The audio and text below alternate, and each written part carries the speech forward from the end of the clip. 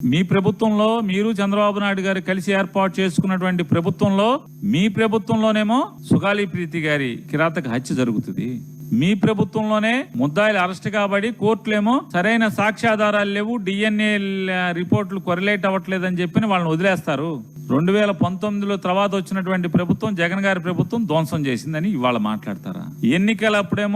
ఎన్నికల ప్రచారంలోనేమో సుగాలి ప్రీతి మరణాన్ని సిబిఐ చేత ఎంక్వైరీ చేస్తాను, న్యాయం చేస్తాను, 100 రోజుల్లో ఆ ఫైల్ మీద సంతకం పెడతానని చెప్పి మాట్లాడిన వాళ్ళు ఇవాళ ఆ తల్లిని ఆక్రోశంతో మీ చుట్టూ, అంటే వికలాంగురాలైనటువంటి ఆ తల్లిదండ్రులు మీ ఆఫీస్ చుట్టూ, మీ ప్రభుత్వం చుట్టూ తిరగటాకి ఆపసోపాలు పడి వాళ్ళు చిక్కి శల్యమైపోయిన పరిస్థితి, అంటే మానసికంగా కుంగిపోయిన పరిస్థితి అలదైతే కనీసం మీరు అపాయింట్మెంట్లు ఇవ్వరు, కలవరు, వారికి న్యాయం చేయరు.